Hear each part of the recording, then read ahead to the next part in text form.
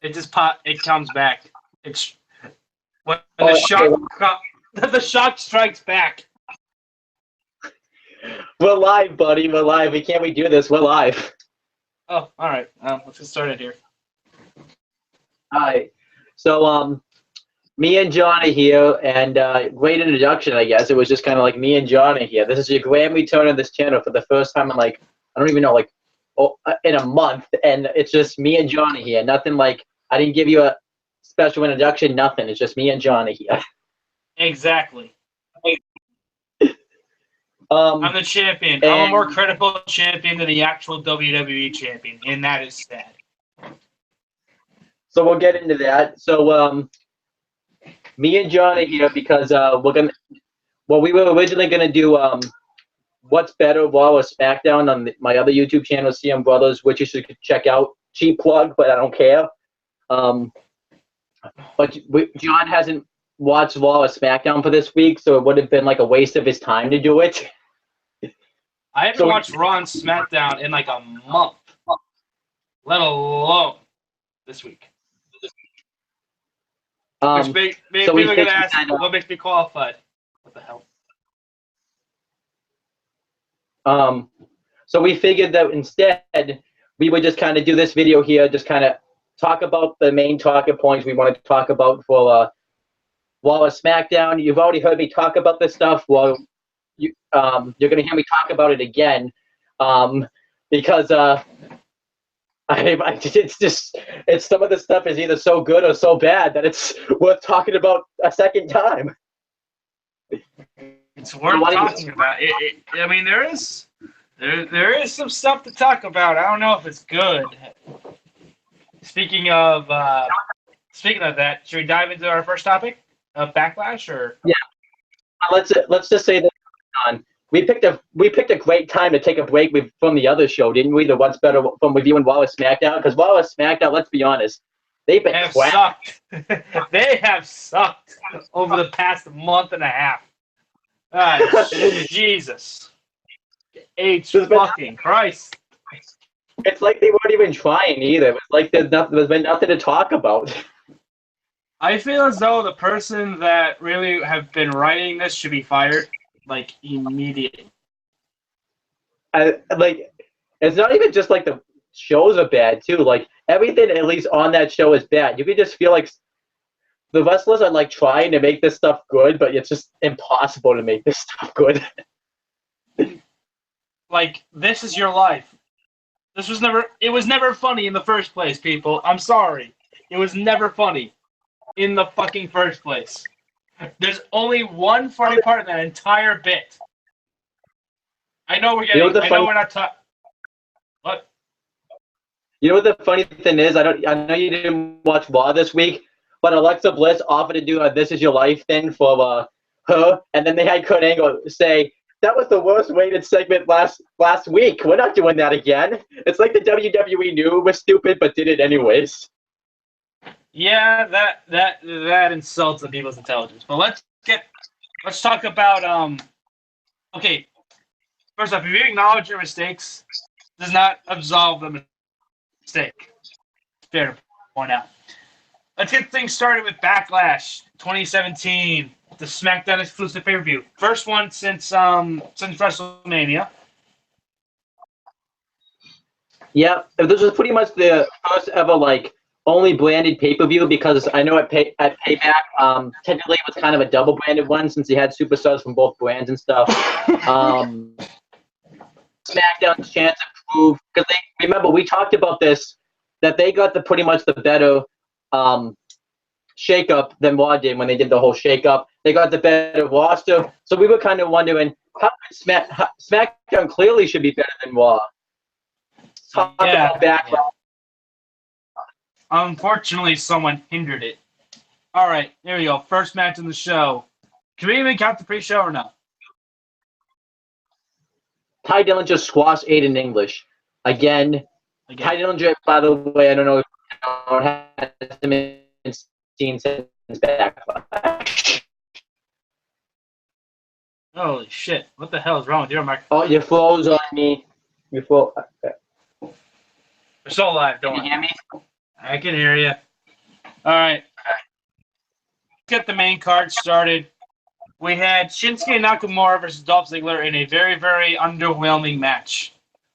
Where I agree.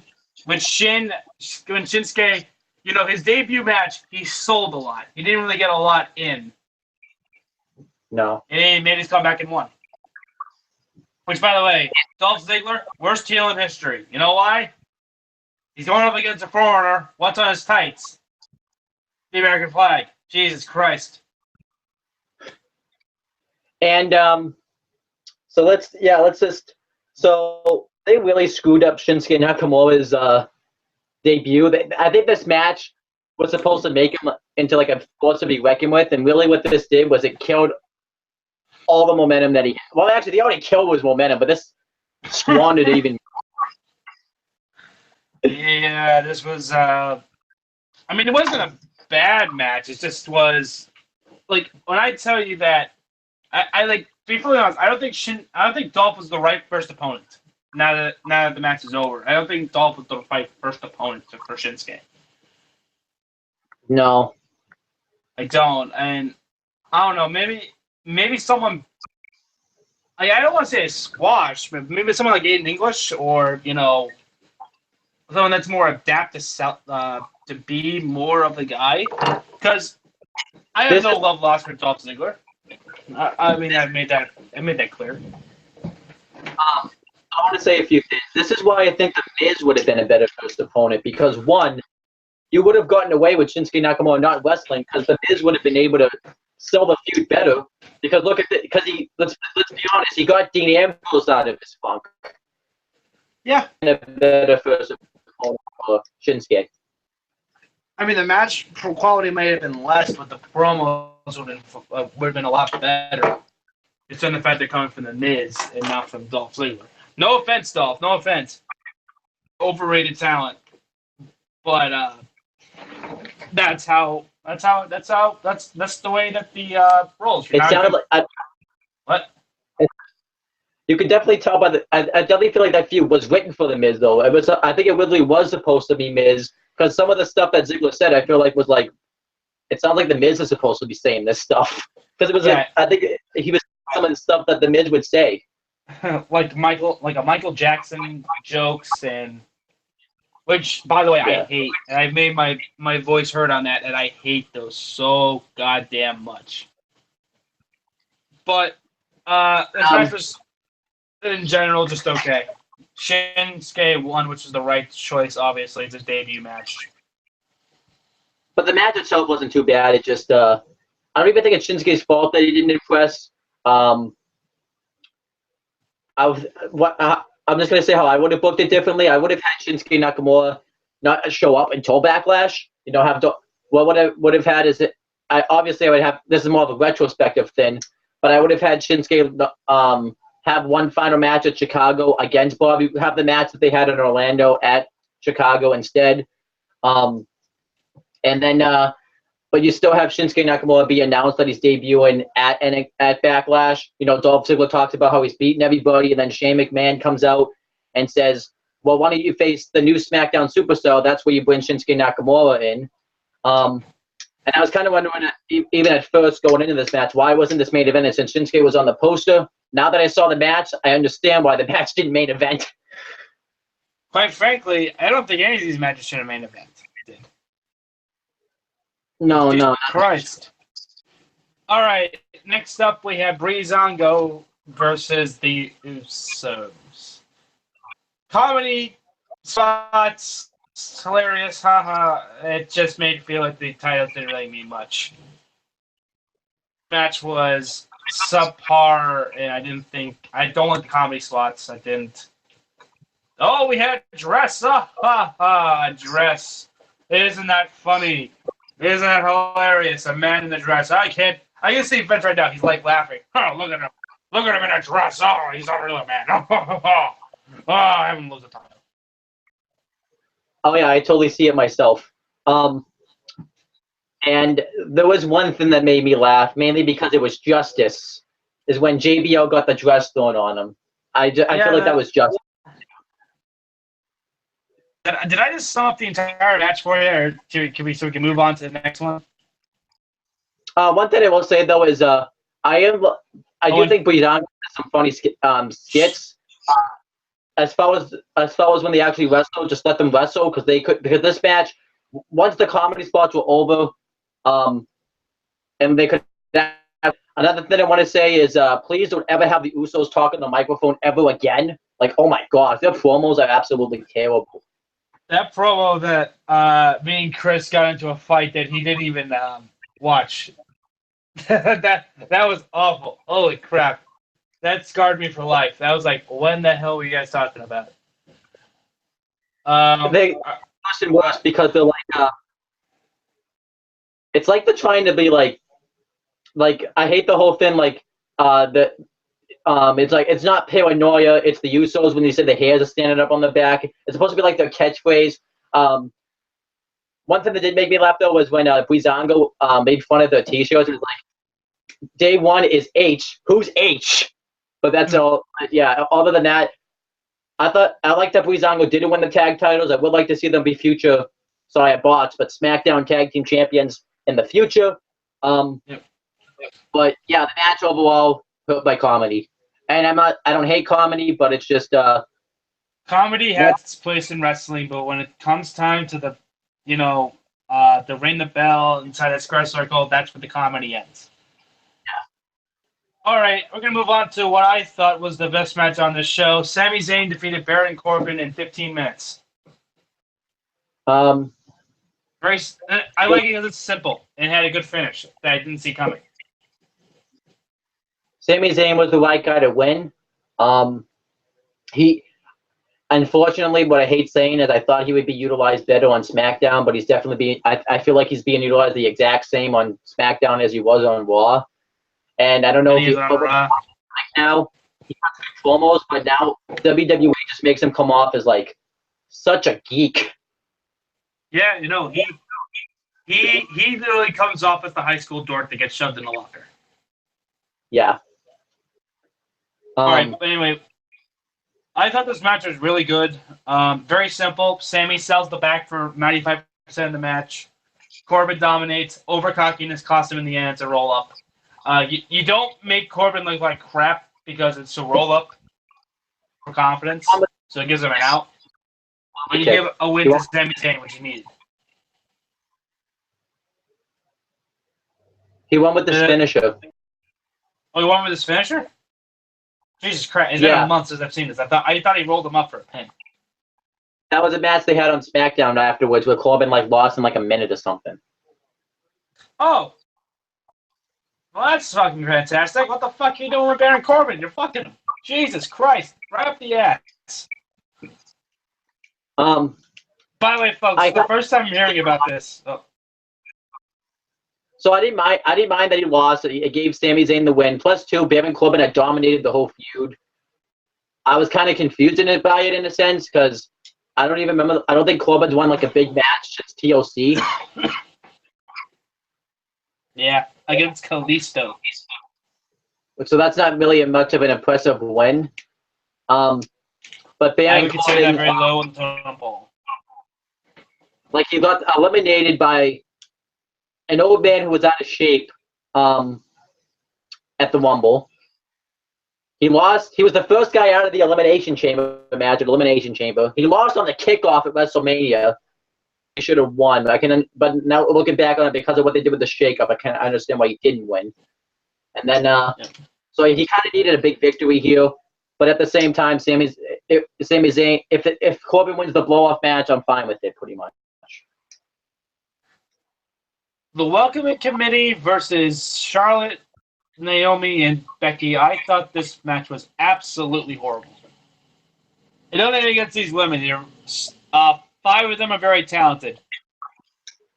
But, oh, God, was this hampered by just really, really, really awkward moments and very strange. And Natalya getting a victory over Naomi after just giving her the title a couple weeks ago. Yeah.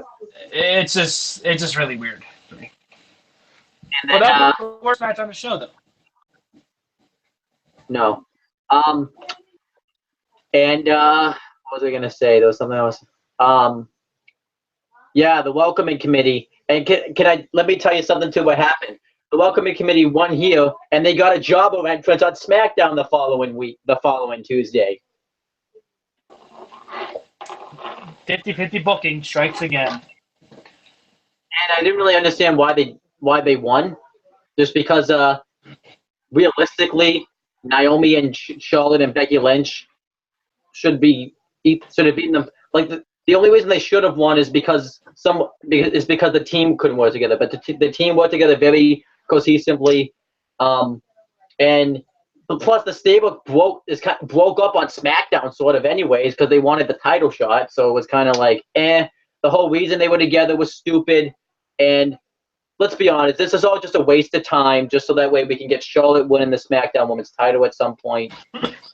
They're just trying to deny people.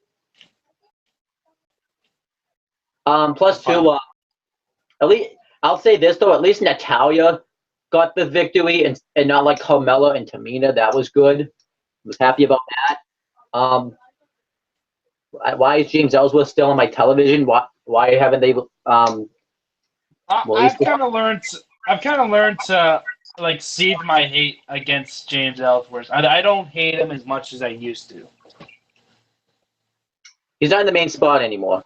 No, that's the main reason why. And he's basically the bitch. He's the bitch of Carmella. He's Carmella's bitch, which is hilarious. And then what else was I going to say about this match? There was something else. Oh, those kicks that I've been watching Naomi's moveset, and I don't like her moveset at all. For someone that's that athletic, for some reason she moves very slow. Yeah. I don't know why. It just looks weird to me.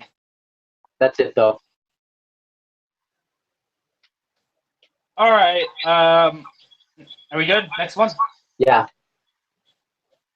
Kevin Owens versus AJ Styles for the United States Championship, which ended in a countout, which was the right decision. Yeah, because it gives you a reason for a blow-off match. So I'm happy about that. I think they wanted to keep the belt on Owens, but at the same time, they don't want to, Styles get pinned after WrestleMania. So they had to, kind of hotshot it a little. I don't want to say hotshot. They had to keep the belt on Owens, but at the same time, make AJ look like strong. Yeah, and the finish was very innovative. I've never seen a finish like that before. With the leg gets caught in the table, which I'm surprised I've never seen that before. Smart heel by Owens, heel tactic by Owens, and he's getting legitimate heat, which is always good for a heel. And he's been doing, I think, pretty good on SmackDown. Yep. This whole Face of America gimmick, and then they're still teasing the Chris Jericho feud. And what I'm liking is, I don't know if you've heard about this, but a lot of people think that Chris Jericho's done with wrestling because he's trolling people, saying that he may never come back again, because he has no reason to go back. And obviously, I think it's coming. Yep. Now, I kind of want SmackDown to get the Hell in a Cell pay-per-view and then try to work something where Jericho can come back by then and then have a Hell in a Cell match. And then that can be a feud there. Or last man. They're going to do last man standing. That's my guess.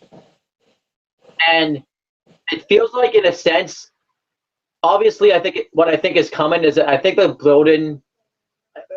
I don't know. No, I don't think they're building to it. I just want this match. I want a triple threat match with Shinsuke Nakamura involved. I think that would just be a fantastic match for that title. It should be for the WWE title, but that's owned by somebody else right now that we'll talk about. We'll get into it. We're almost there. But overall, I like this match. Can understand why it didn't main event, because you don't want to have a match with a screwy finish main event in the show, because everybody would be pissed. But they wouldn't be as pissed as the main event. Let's talk about the main event. Well, actually, that's not. No. Wait, we're not done yet. We're not at the main event yet. Luke Harper versus Eric Rowan. This was the worst match on this show. Bloody boring.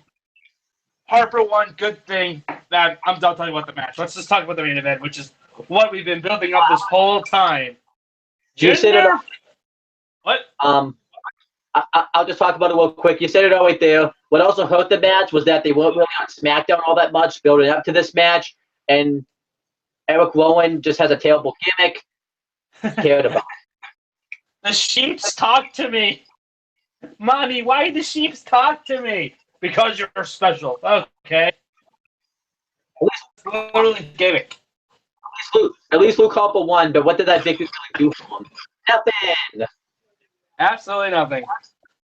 All right, Jinder Mahal with the Singh brothers versus Randy Orton for the WWE title. This match lasted 50 minutes, and okay, let's just skip right to the finish here. Orton goes for the DDT. The Singh brothers come on the Singh brothers because they're little shits. They interfere. Jinder Mahal gets him in the Cobra Clutch Slam. Jinder Mahal wins the title. Okay. Jinder Mahal has held the same belt as guys like Brock Lesnar, Hulk Hogan, Stone Cold Steve Austin, The Rock, Bret Hart, Shawn Michaels, even Sid, The Undertaker, Ric Flair, the Warrior, even the Hall of Famer himself, Ultimate Warrior. Even his famous for reason. Randy Orton too. Who else held that? Triple H is another one. I don't even like him. Mankind. You know, good old Mick Foley. Am I missing anybody? Shawn Michaels. I did say. I said. Oh crap! Damn it! $100. Shit. I blame Jinder for my $100 loss because I mentioned Michael Hickenbottom. Did you say The Rock? I did say The Rock. John Cena. Edge. Yes, I forgot Edge. Edge is another one. Van Dam, even RVD for God's sakes. Daniel Bryan, Batista, even. Kurt Angle. Yeah, all those guys. Jinder Mahal. Jinder Mahal's champion. Nothing against Jinder. I don't think he's a terrible wrestler. But the reason why we hate him is because he had no build-up. He was nothing. He was a jobber 6 weeks ago, and now he's champion. And that does not make it a good decision. I'm sorry for all you pro-Jinder people. I wish that I could look at Jinder Mahal and say, hey, you know what? Here's an indie guy that worked his way up and won the belt. It's an amazing story. I like stories. Okay, I don't get what I value the most in wrestling is not wrestling matches. Not good promo work. I like stories. I like a nice build-up story that has a great payoff at the end. What is the story behind this? Jinder Mahal was a jobber, a joke for a year. He won a grand total of 6 matches in a year that he's been with WWE, including this run. And in a matter of 6 weeks, he has won the title. He is WWE champion right now. Out of all the people that you could have put in this spot, AJ Styles, Luke Harper, Kevin Owens, Shinsuke Nakamura, Dolph Ziggler, Sami Zayn, Baron Corbin. Hell, I would have thrown in a woman on that one. At least they had more credibility than he did. Even Charlotte Flair. Man, Charlotte Flair versus Randy Orton for the WWE title, I would take it more seriously than Jinder Mahal versus Randy Orton for the WWE title. That Jinder won.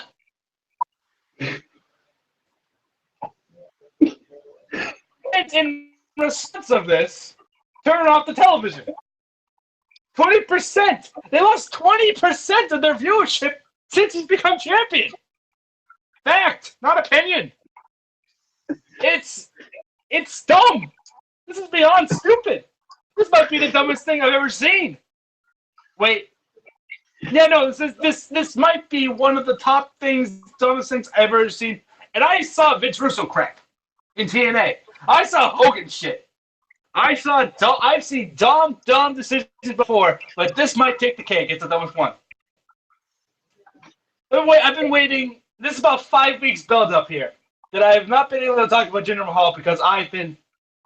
Well, here's the thing. One of those 20% viewership drop is me. I have not watched SmackDown since he's become champion. It's not because of a protest like Roman Reigns. It's because I don't feel compelled to watch. I don't care. I know that kind of is weird because I'm talking like this, But what the fuck should I care? I don't care about the WWE title because Jinder's champion, and he's going to be champion for a while because they're building up for him versus who at SummerSlam? Probably like it's going to be him versus Rusev. Think about that. That throwaway storyline that happened at Fastlane. Do you remember this?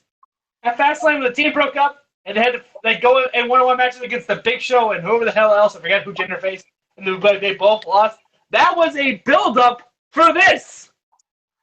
That whole time was build-up for Jinder Mahal being champion and having Jinder Mahal versus Rusev for the WWE title at SummerSlam.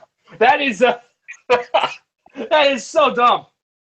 And I'm gonna stop now before I get winded. I have a bad throat. I know this is very surprising. I got a bad throat. I have a hard time talking, so I'm gonna have Owen talk about this this main event. Okay, so everybody, I've talked about this before. But yeah, even doesn't, like I said, it still doesn't. I've been posting stuff about it. It still doesn't feel real. Like, I don't know if you were following them on Facebook, but you know how they did like a 360 thing, going through the champions. You see guys like Cena, you see guys like Austin, and Jinder Mahal's on there. And Jinder Mahal.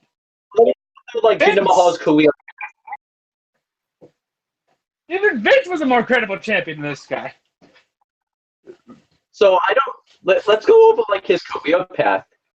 So Jinder Mahal came into WWE in 2011. He was pretty much in a throwaway storyline with the Great Khali, which he lost. He lost a feud to the Great Khali, a guy that a 7-foot tall guy that just sat and danced around, and he was a terrible wrestler. Then he was off TV. The closest he ever came to a world championship before this was the finals in the NXT Championship tournament, the crown the first champion, which he lost. Yep. Continuing, he was a member of 3MB. Remember that faction? You know, that Jobber faction with Heath Slater and Drew McIntyre that, you know, were jobbed out every week? And ironically enough, he wasn't in that faction. He was the worst part of that faction. So yeah, it's dumb. And like I don't know if you've seen this meme yet, John, but there's like this meme that has like all his wins and losses ever in the history of wrestling. I think his loss is like 113, and his wins are like 87 or something. I don't remember off the top of my head. It's something stupid like that. One of those losses he had, I don't know if you remember this, he got pinned by Toledo. Yeah. Yeah. And then continuing, the company thought so highly of this guy.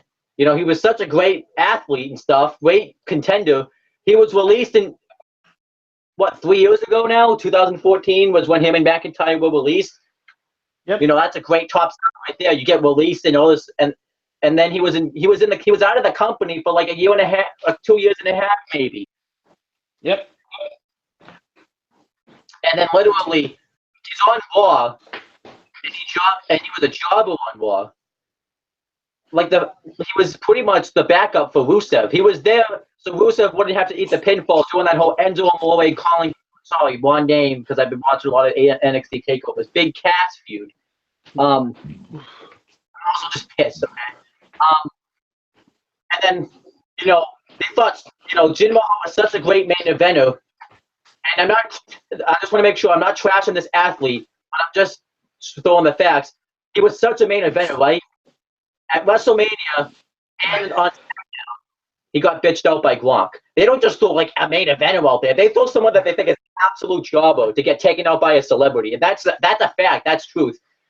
The only time that someone didn't get taken out by a celebrity was when Michael Higginbottom got taken out by Mike Tyson. Mike Tyson.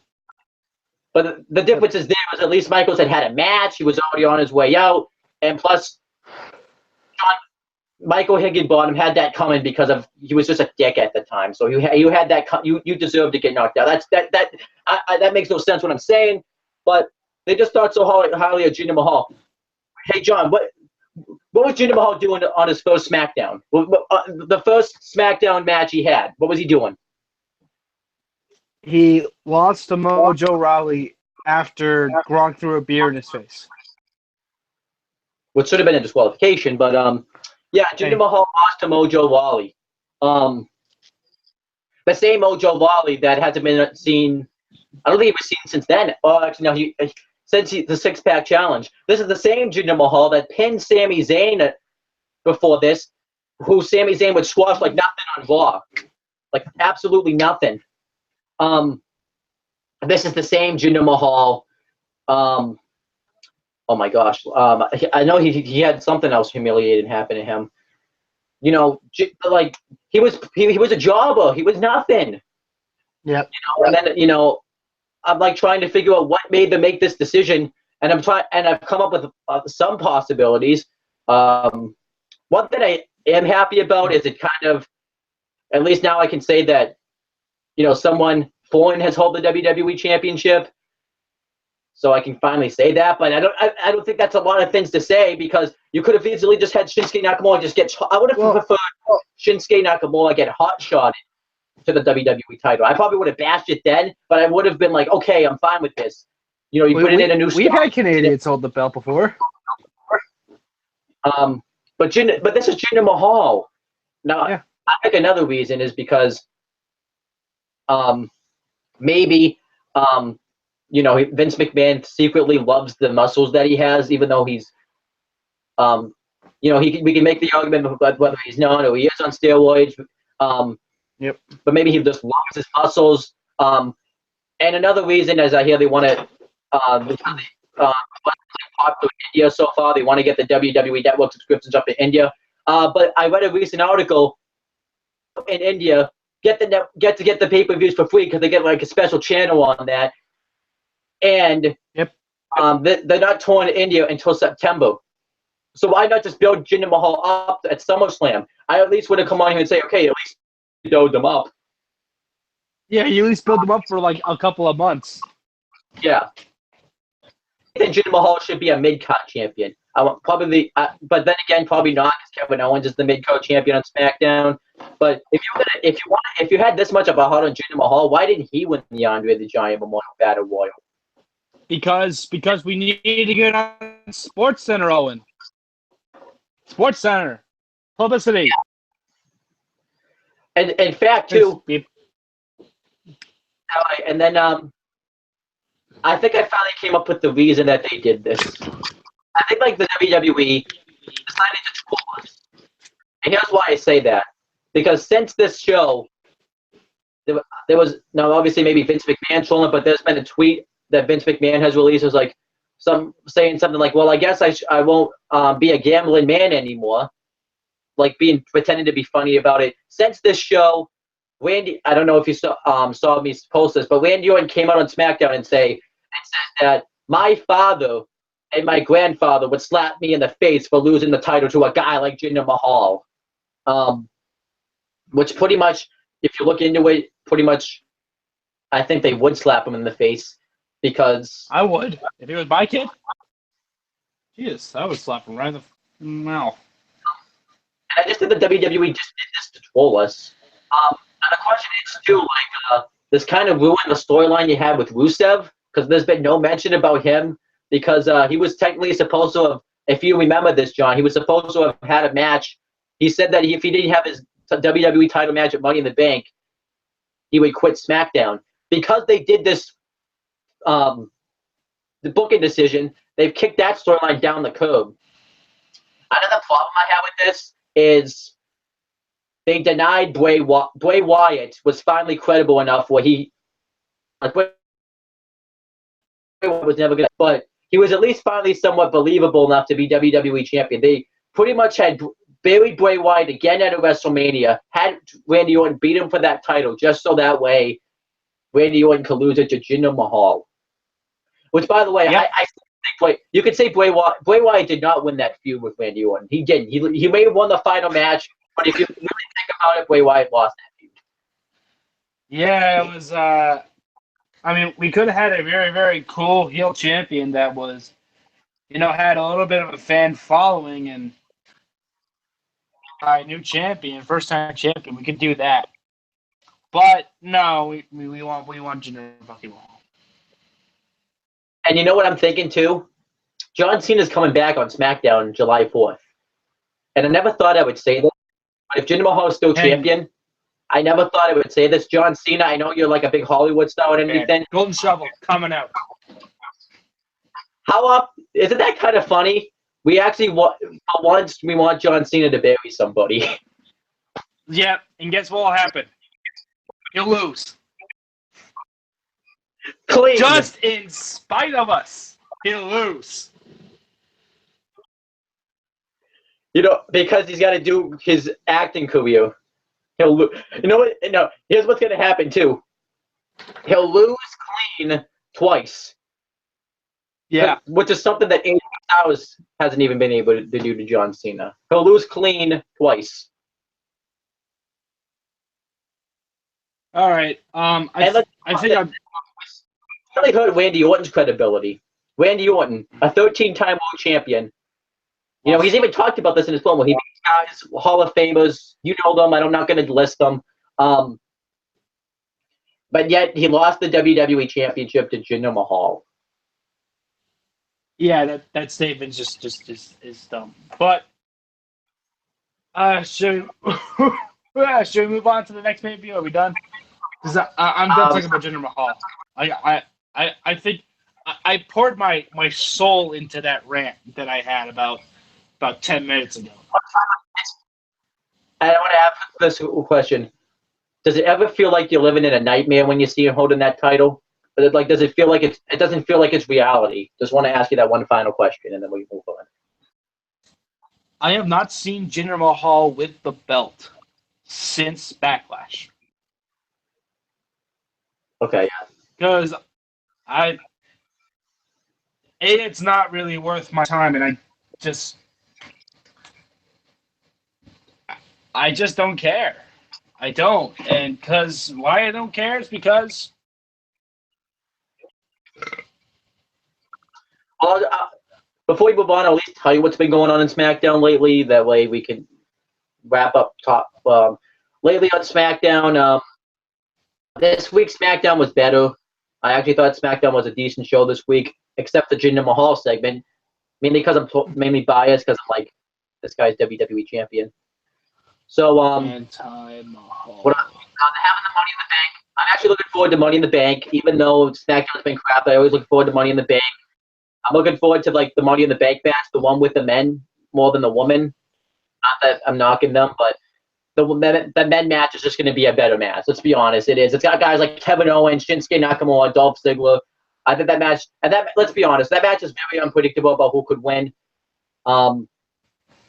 Just because, there's a lot of options in there that could win. I'm looking forward to that match. One thing I don't really like, though, I get they wanted to build up Dolph Ziggler to look like a credible threat in that Money in the Bank match, but why is Dolph Ziggler beating AJ Styles clean when AJ Styles was literally beating John Cena clean, and now he's losing to Dolph Ziggler clean? Give me a break. What else? New Day is back on SmackDown, which I'm happy about that because the tag team division desperately needed the New Day. Lana debuted on SmackDown, which I'm kind of happy about. She's going to have a SmackDown Women's title match. And quite frankly, I should be pissed off saying that they didn't properly build her up for it, but because of what they did with the main event title match, I really don't care. Lana is actually more credible to have the SmackDown Women's title match than Jinder Mahal was, just because, well, one, it's not like they have anyone else for Naomi to go against because they're all in the Money in the Bank match. There's something else on Smack. Randy Orton and Jinder Mahal are having a rematch. Not looking forward to it. Don't give a crap. Randy Orton's probably going to lose because it's in his hometown, but a wrestler never wins a match in his hometown. I know Rich Swann recently won a match in his hometown, but it's a curse. The wrestlers, for some reason, WWE, I feel like too, because is it his hometown? Yes, he's losing. There's no, they always lose on their birthdays and their hometown. It's kind of stabbing them in the back. I don't know. Their family's out there. Let's have him lose. Yeah. And then final thing that I am looking for. It is kind of cool though by having a women's Money in the Bank match, but I really wish the competitors were better. Like they got Tamina in the match. Tamina's terrible. Carmella has no business being in that match. I'm fine with Natalya, Becky Lynch, and Charlotte being in that match. And let's be honest, we know Charlotte's winning that match. If anybody else wins, it's stupid. So if Charlotte doesn't win, the match is pointless. And the way they kind of set up to that match was stupid just because like a 5-way elimination match. And the referee, because didn't stop the match, even though there's been other big 6-pack challenges where wrestlers just brawled out of control and the referee just reigned. He easily could have just won the belt. It's a no disqualification match. Give me a break. And plus, too, like the lack of selling they happened, they just had all these moves done to him, but they can get up to their feet to hear Shane McMahon make this announcement. Why is Daniel Bryan still the SmackDown general manager? I understand he just had a kid. He's not going to appeal. But if they knew Daniel Bryan was going to be off TV, why didn't they write him off? Why didn't they have The Miz have Daniel Bryan resign by having him have a match with Shane at WrestleMania? There's something else that's been going on. With Breezango, the skits are funny. The commentary team's absolutely terrible. There's something else on SmackDown I'm missing. Like, no one ever shows up on SmackDown, really. We get the same people all the time. There's no Ty Dillinger, who hasn't been seen since Backlash. No Luke Harper, so Backlash. No Aiden English. They've had Kevin Owens lose to Shinsuke Nakamura like 3 times clean, which it's kind of burying Kevin Owens because he's supposed to be like a huge champion. Shinsuke 3 times. Shinsuke Nakamura. I get the trying to build up Shinsuke Nakamura, but like you make it Owens look like a loser. Stop bringing up Chris Jericho if he's not going to show up. I get they want to tease that feud, but for months, kind of focus away from Chris Jericho. Yeah. Acting like they're worth a damn. Put them on the cruiserweight division. I think that's it. I'm pretty much just finding every little thing I can to complain about SmackDown, okay? That's really what I'm just pulling at straw to complain about. Do you want to know what I know about Raw? Because now we're talking about the Raw pay-per-view. Here's what I know about Raw and what I've seen. I've only seen one segment on Raw in the past month. One. Want to take a good guess which one that was? The Paul Heyman one. Yes, Paul Heyman and Finn Balor. When Paul Heyman praised the hell out of Finn Balor, who took the pin, but he praised Finn Balor, put him over. I was so happy when that happened. Yep. Other than that, here's what I know.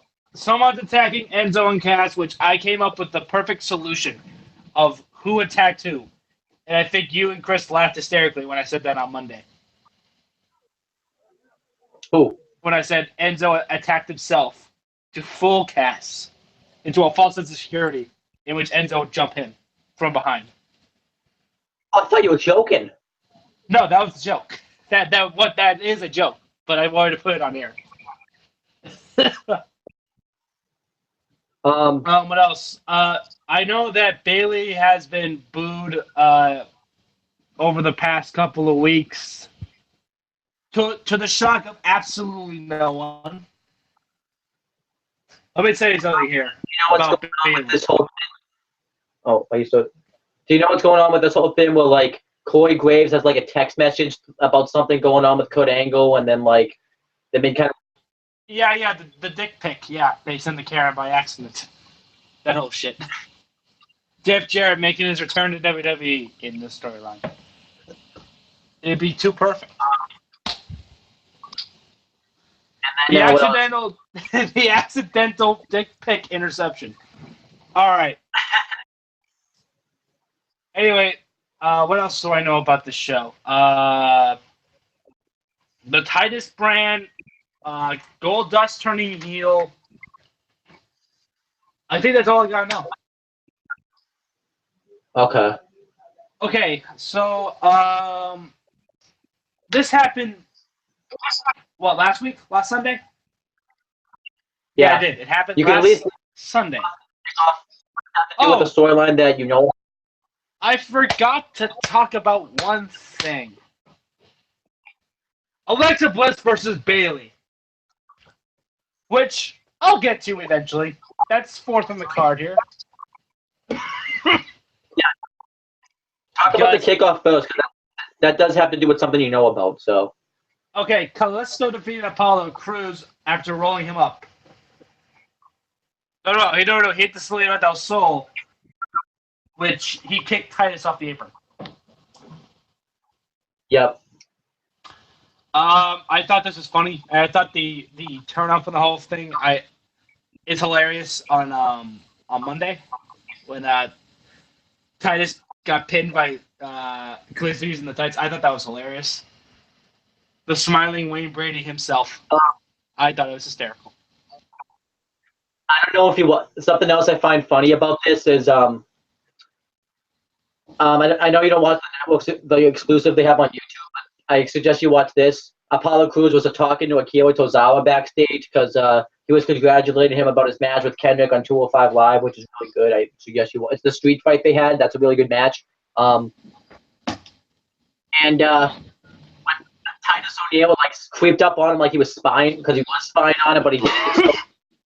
And he thought Cruz was recruiting Tozawa because it looked like he's trying to get Tozawa to join the group, and he kept calling Tozawa Tawaza. Taza.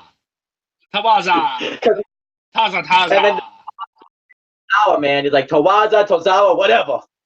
Like, even though Titus O'Neil like is terrible in the win and stuff, the fact that he's so awkward sometimes is what makes him so hysterical. Fun. He's hysterical. And I kind of like, even though like it means nothing, I kind of don't mind the whole Titus brand thing because one, it's not that long on the show. It's actually kind of given Apollo Crews personality and purpose because that's something he's been lacking. I think since he's joined WWE pretty much. It's given the right amount of time on the show. Plus, and that's one thing I don't like about it is please put Kalisto in the cruiserweight division. Like, why haven't you done it yet? Like, I thought the whole reason you brought him in the cruiserweight division. I mean, that's where he belongs. It's a knock on him, but Kalisto, I think this would be more beneficial in the cruiserweight division. I'm just gonna keep saying it every week until you put him in the cruiserweight division because I like to see him in it. Is he under 200? Yeah, he is. All right. I was gonna laugh hysterically if he wasn't under two. If he was over 205 pounds, that would be hysterical. That's the reason why they put him in. That actually would be pretty funny, yeah. Because I think he's 170, so never mind. Yeah, but I want him in the cruiserweight division. But anyhow, let's continue with the show though. Overall, the kickoff match wasn't too bad though. I didn't really care for the whole stuff with like they kept like making it look like Apollo Crews needed Titus O'Neil to win that match. That was dumb, but other than that, the match was pretty decent. All right, The Miz defeated I almost said Dolph Ziggler. I meant to say Dean Ambrose. In which if Ambrose got disqualified, he would lose the title. Okay, I didn't think this match was half bad. I thought it was okay. I did like the psychology of Maurice slapping the Miz, like because whenever the stipulation happens and the heel has a manager, I'm like, why doesn't the manager just come in and kick him right in the nuts, or hit him with something? Because then he would win by disqualification and he wins the title. So I was happy to see that. I did like the finish. I thought this match was in general just okay. The Miz is champion, which I'm totally fine with. Keeps him in the mid card.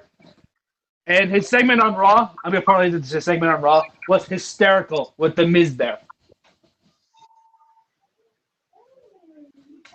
Yeah, I agree. Yeah, I like the match too. Obviously it was a little bit overbooked, but because of that, but they did follow through with that stipulation. And I kind of like when Maurice did slap the Miz, that the referee didn't like act stupid about it. He knew what was going on. He's like, no, I ain't fine. I didn't like that. So Yeah, because they're not robots; they're human beings. Damn it. that's a sign. No, is that? I know it's one of them. It's Simon. Is it Simon or Adam? I forget which one. Yeah, you know that is a quote from Simon. I think it's Simon that I was like, that's true. It's like these are not robots; they're human beings. Damn it. All right, are we good on this one? That's about all I can say.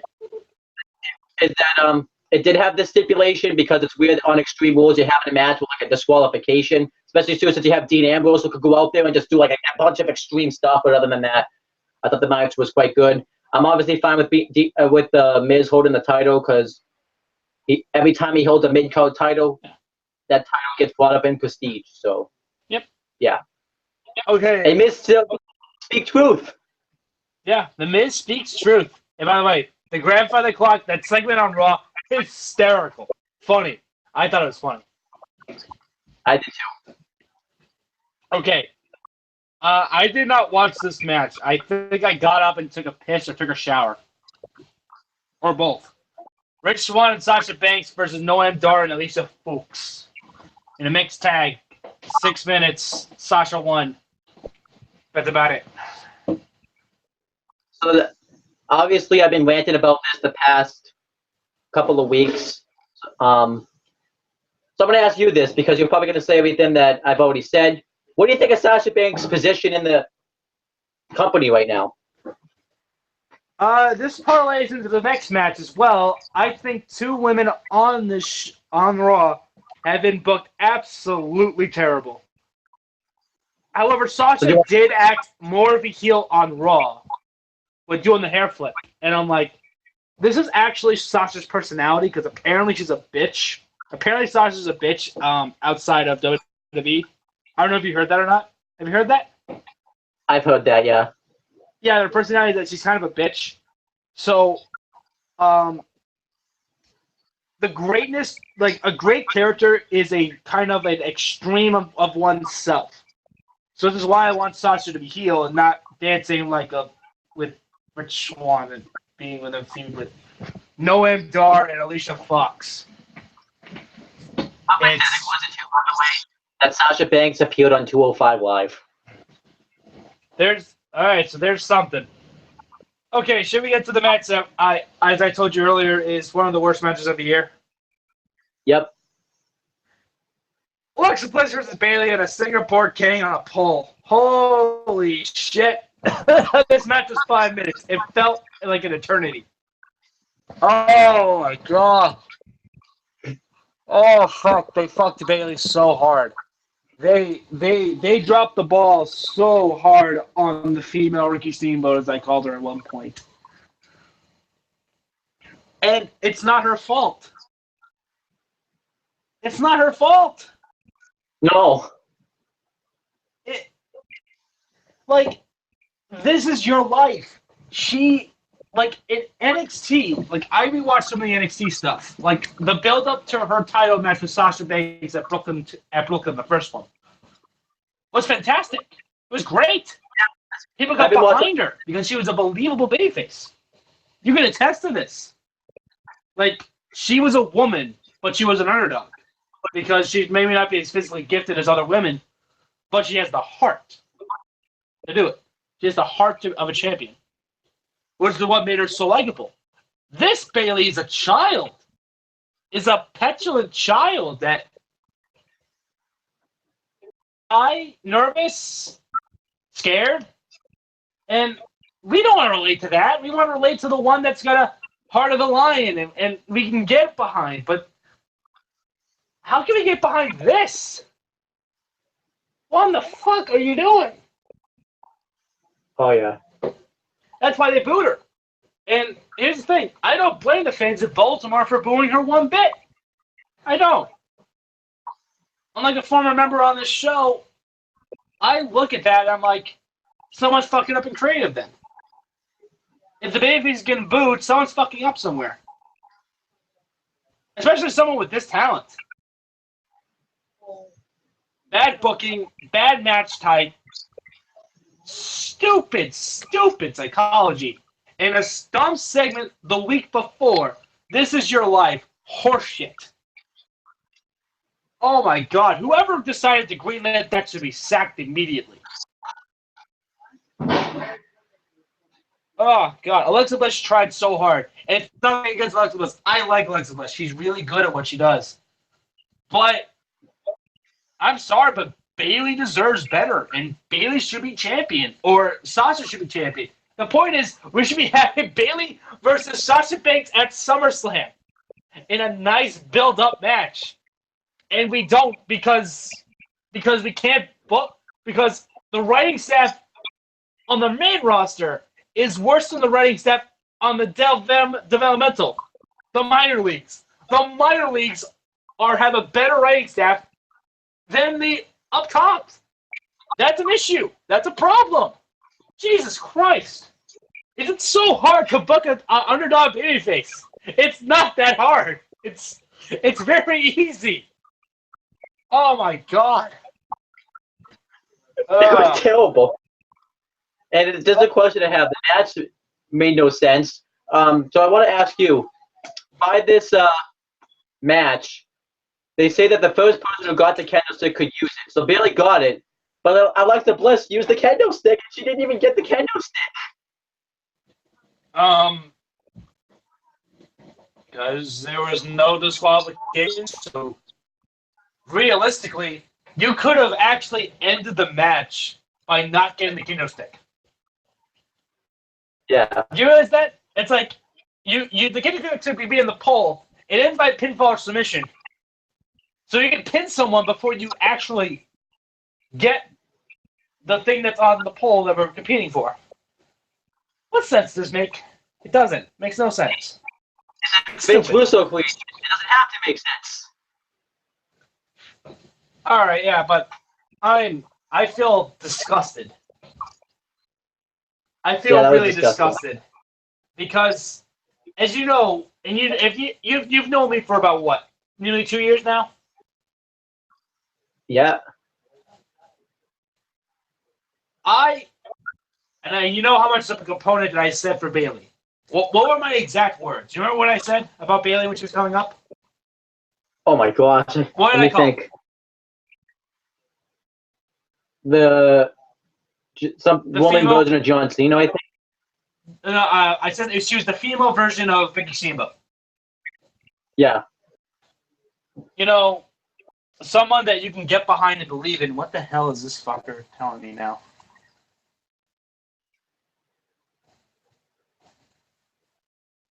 Who's this? That was Steve. He just put up something that Shawn Michaels yelling at Montreal. You know, Shawn was here. Anyway, back to this. I'm not disgusted with Baltimore. I'm not. They have every right to boo because, quite frankly, they made Bayley look like a joke. It didn't work. And ready? They tried so hard, like a petulant child and a little girl, in a big spotlight.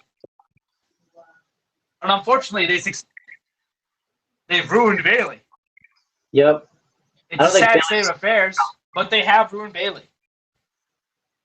I don't think she's ever going to recover. I don't either. And I've heard rumors that they should turn her heel, and I'm like, that's not going to work. I don't think that turning her heel is a good move. And you can't really keep her face because people are still going to boo her. You're stuck in limbo. She's fucked. She's fucked. I don't think she's going to be on TV for a while.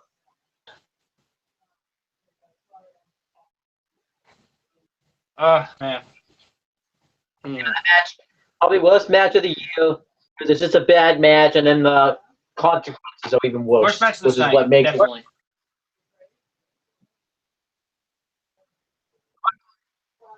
I said the match was bad, and the consequences were even worse. At least, like with other bad matches this year. Yeah, this was.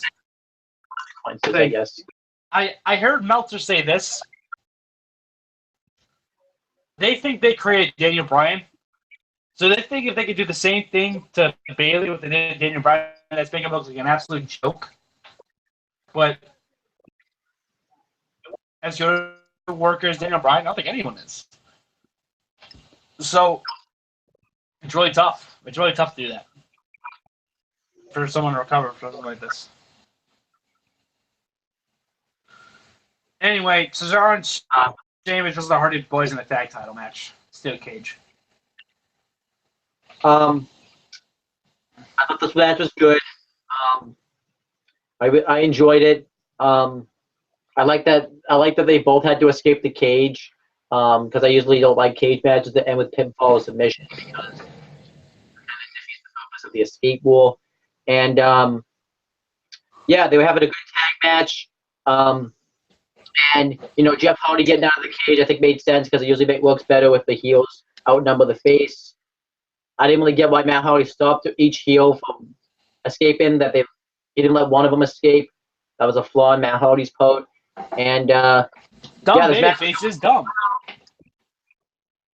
This match was going really well, though. Jeff Hardy hit a cool whisper in the wind, which you expect him to do off something big.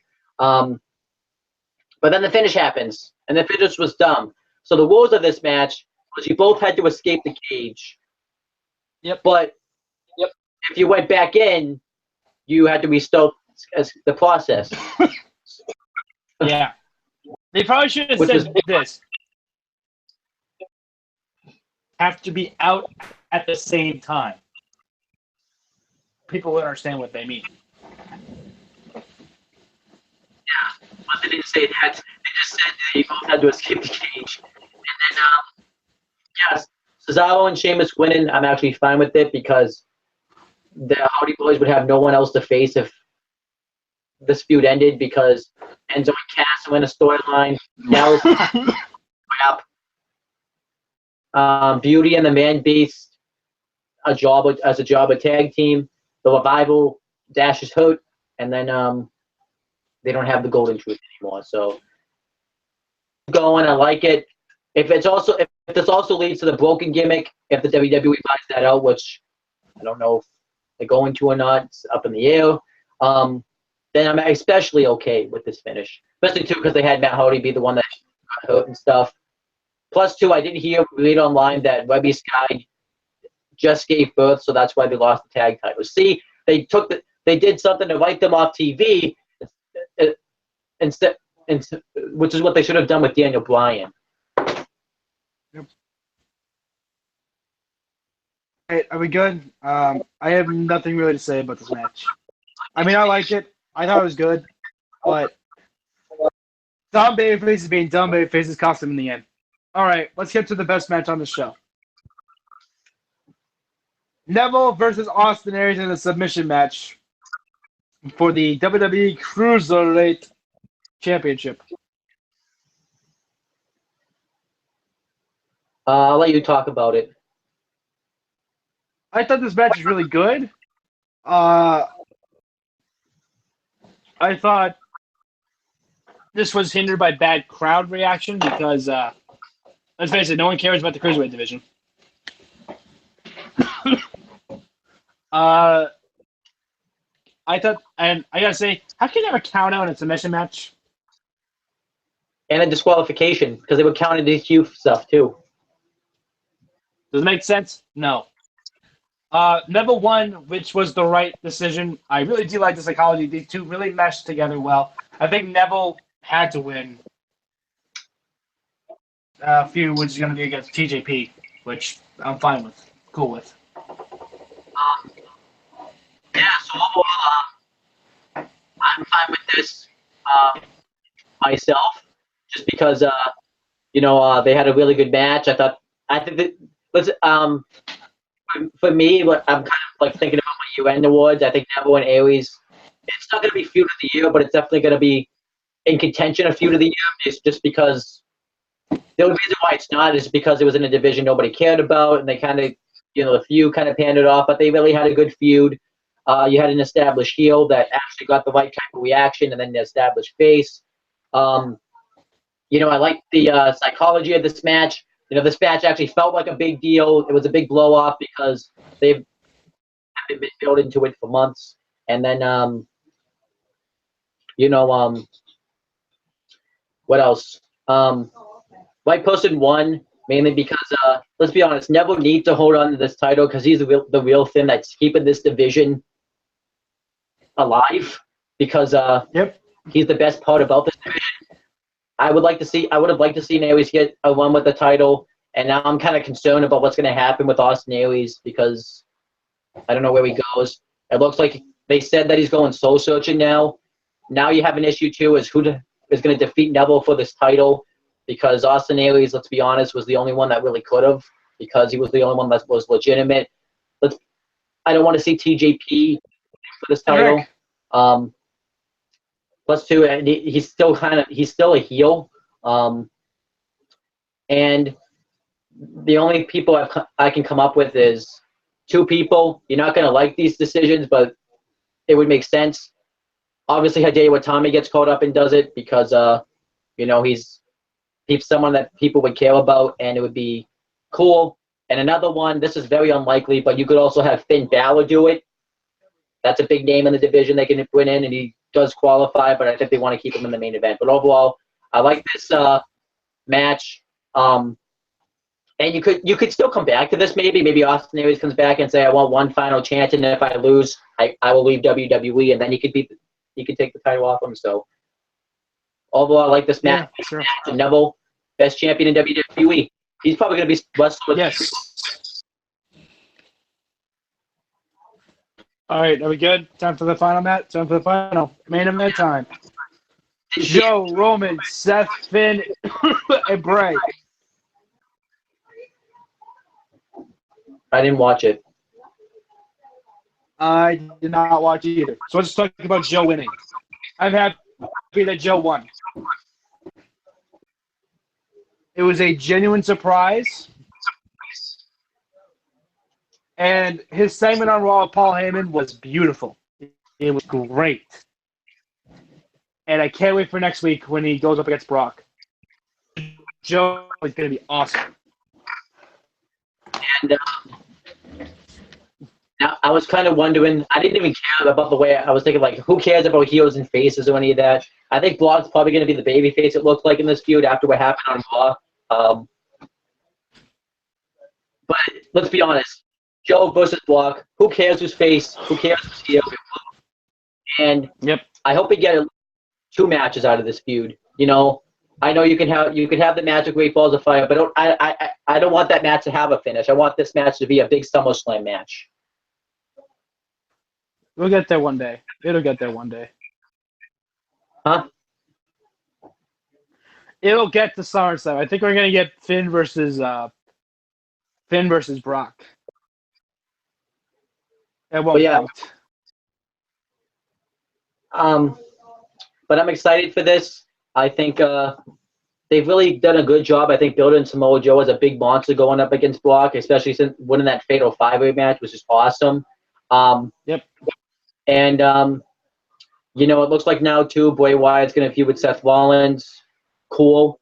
It would be kind of nice if Bray Wyatt had some momentum going into this match, but he just kind of doesn't. And Seth Rollins, it's obviously just something for them to do. I'm actually fine with it. We haven't seen that feud really since 2014, so that's nice. And then what the hell happens with Roman Reigns? I'm not going to watch, so I don't care. Don't matter. All right. I mean, as a consolation prize, I'm happy with it. Because this was originally supposed to be Braun versus Brock. Well, unfortunately, he's hurt. So, this is a good consolation prize. Yeah. And I really hope they don't have Brock squash Samoa Joe, but I don't think they're going to do that. I think we will get a nice title program match with them. Yeah, but who do you think's going to win? Brock. I still think Brock. I think it's going to be Brock, mainly because obviously, one, they want to get to that main event Mania match between Brock and Roman at WrestleMania. I'm just saying, Brock as champion is the best thing to happen to this belt in a while. Yeah, but plus, too, I think Brock's going to win, too, because, he needs to look pretty dominant, too. He's still, he definitely revitalized. He definitely got back his momentum from his loss with Goldberg, but I still think he needs to kind of. If he's still kind of, I think, feeling the effects of it, it's still kind of fresh. Which, by the way, how great long-term wise was it for Goldberg to squash Brock at Survivor Series, John? Wasn't that great? It was fantastic. Jesus fuck. And then I also and I'm actually fine with this being Samoa Joe. It just kind of sucks. It has to happen at a pay-per-view like Great Balls of Fire, but whatever. Yeah. Great. Balls of fire. Fuck. And then I'm trying to think about what else though. Yeah, I liked but yeah, Samoa Joe winning. And I'm like really looking forward to Samoa Joe Brock Lesnar. That's just gonna be a killer feud. I want to see Samoa Joe hit the Muscle Buster on Brock, but I don't think that. But I don't know if he can do it or not. Yeah. Yeah. I'm looking forward to it, and I'm looking forward. So at least pay-per-view wise, I'm looking forward to watching WWE. I'm looking forward to seeing on SmackDown who's going to get the Money in the Bank briefcase, which I think is going to be Baron Corbin, just because you don't really need to have Shinsuke do it. You don't really need to have this guy. I'll do a prediction for you in the future, but I think it's going to be Corbin. And then you have Samoa Joe versus Brock Lesnar, which is going to be really cool. Yep. I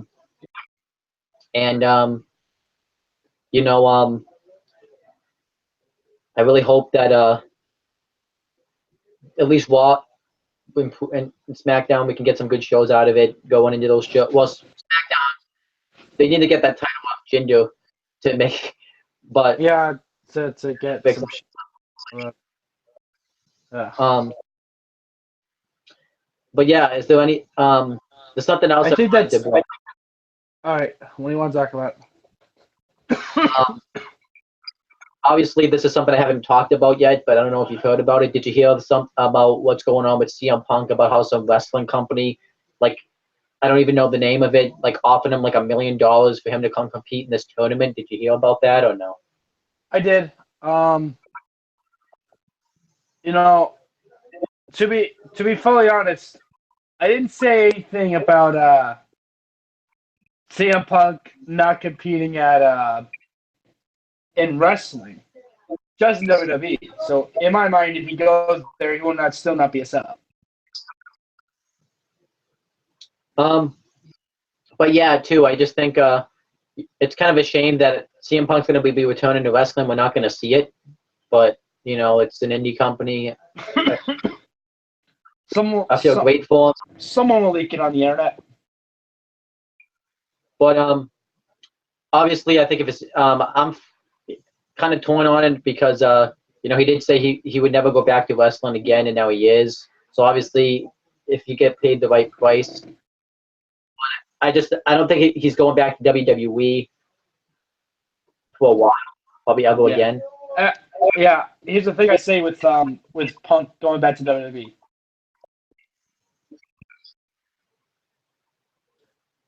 Because you know what? WWE treated him like crap, so he doesn't deserve it because he doesn't need to go back. Correct. And then what else? What? I guess that's it. Yeah.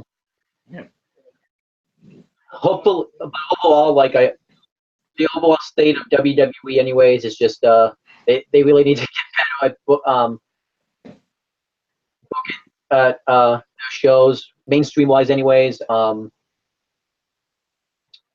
think with Raw, you need to kind of you need to kind of structure it better. I think now that Brock will be kind of starting to get back into the fold, maybe Raw will get better just because I think they know a lot of people are going to be watching when Brock's on, so maybe they'll book the shows better. At least I hope so.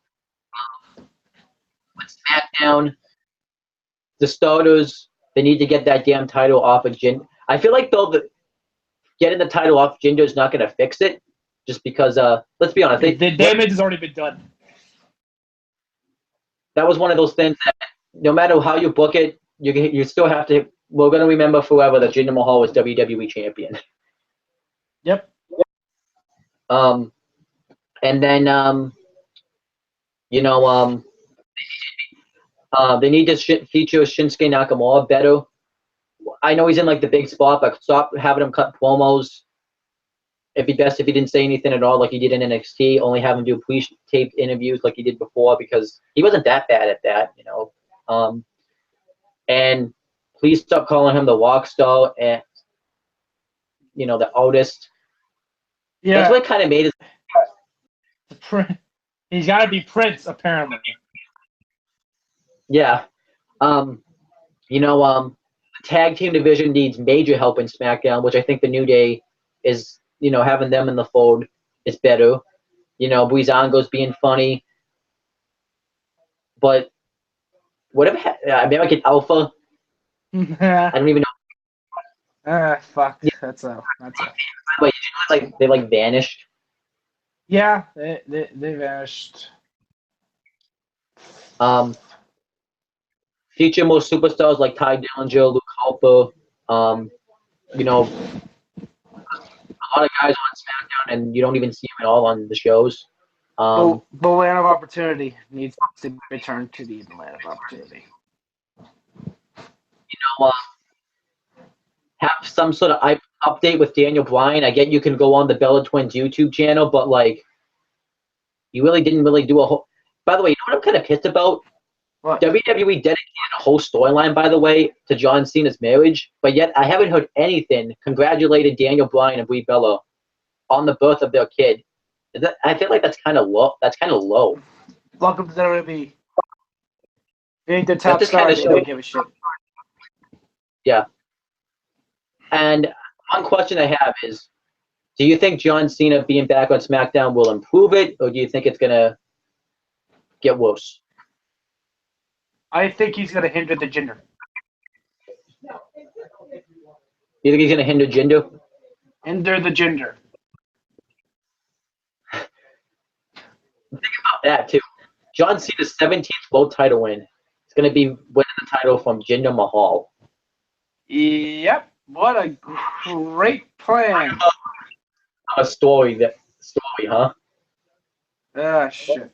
That's just crap. I think I'd rather see John Cena versus Randy Orton than SummerSlam than John Cena versus Jinder Mahal. Yep. Yeah, I just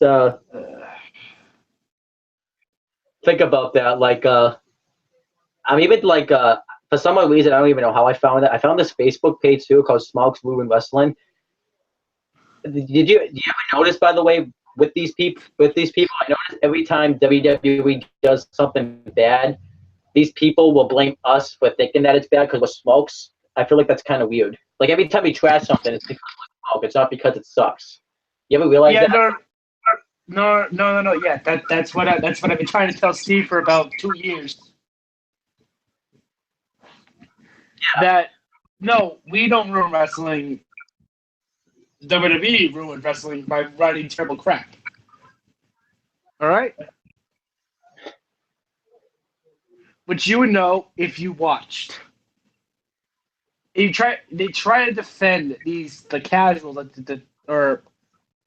I guess that's that smart page I was supposed to say.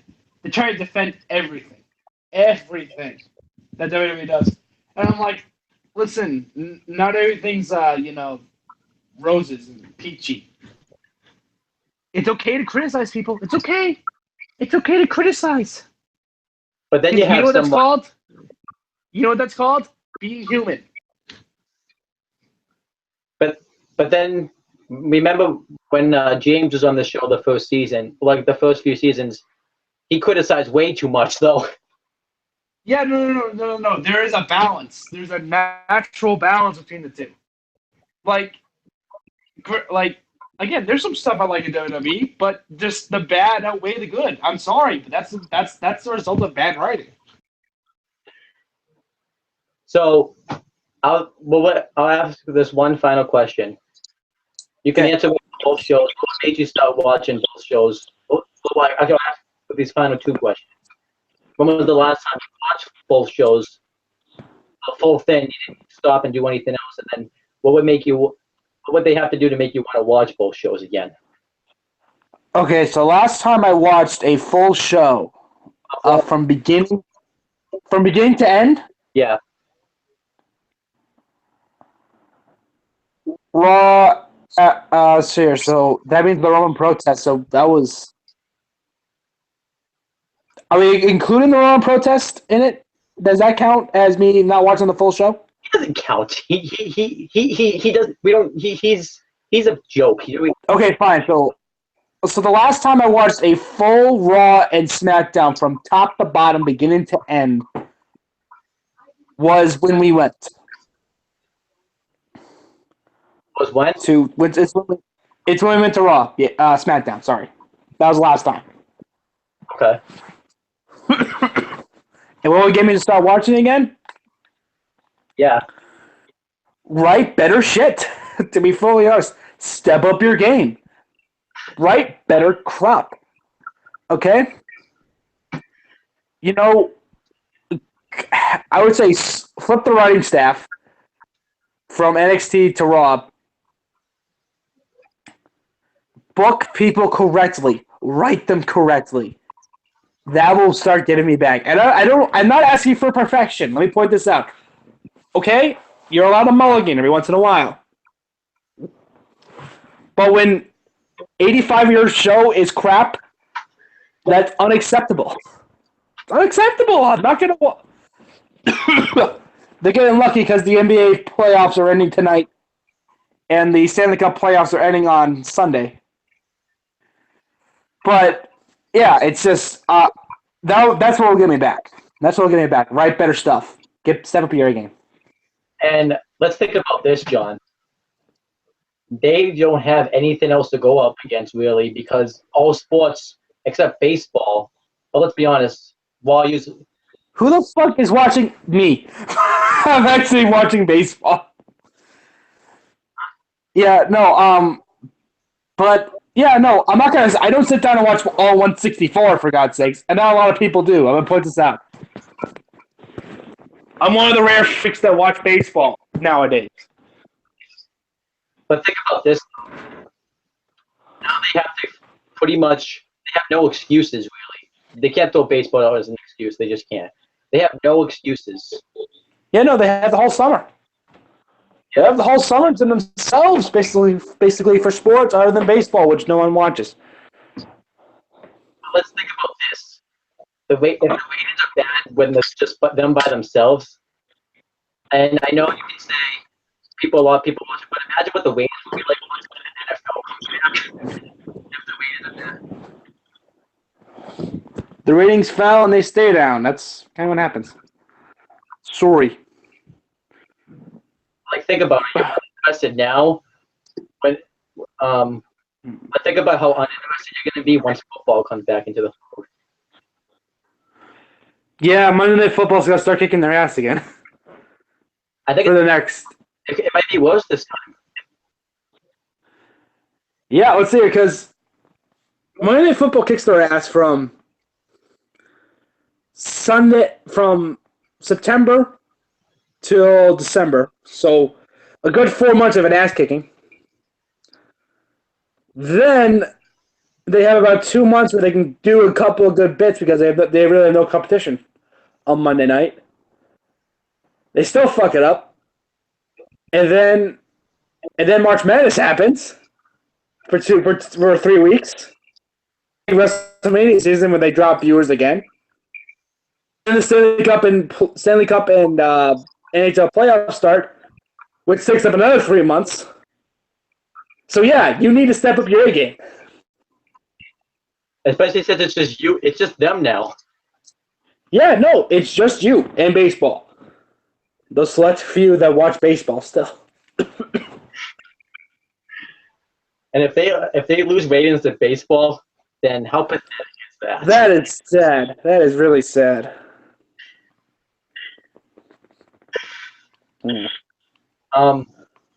But yeah, I guess I feel like this whole thing was just we just pretty much took a huge dump on WWE in this whole video. Yep, that was fun. I needed to get that off my chest. I don't even And I'm just saying here, Smarks don't ruin wrestling. money ruins wrestling. It's fair to point out. Yep.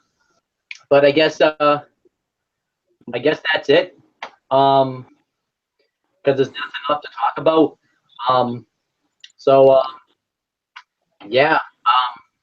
You got stuff to plug, buddy. Anything to plug? You don't have anything to plug. You're not plugging anything. Okay, football reporters. Watch and subscribe. And then don't forget. That's it. What about John Tuddy? Sure, promote it. Um, Watch my channel, John Teddy. It's the one with the fucking Squirtle. That's the one. Make sure to check out the CM Brothers channel, where me and John do the What's Better Raw SmackDown videos. Where Hopefully I'll actually watch this time. yeah, for the sake of that show, since we just did this video, we're not going to do a preview this time because we're just going to repeat everything we said here, pretty much. Exactly. Make sure to check out the Owen the Talkinator channel. We've got some videos going on there. Make sure to check out this channel. I'm going to be finally starting to make some progress with these NXT reviews. John, if you want, when I finish NXT Takeover Chicago, I can shoot you a text and you and I can review the show together. We'll just probably have to watch the show again because I know it's been a few weeks since it's happened, so you'll have to refresh your memory. The Retro Wrestling Series Season 9 will be coming. I'm going to be reviewing every single one of the Money in the Bank pay-per-views / ladder matches. So, John, if you want to join in any of those, I know you'll probably want to join in for 2011 Money in the Bank pay-per-view review, probably. Yep. Saying how I praise that show a lot, yeah. And then, yeah, that's about it. That's pretty much it, guys. Talk to you guys. John will probably talk to you. John will probably talk to you in like 5 months, and then I'll probably talk to you guys later. See you later. Yep.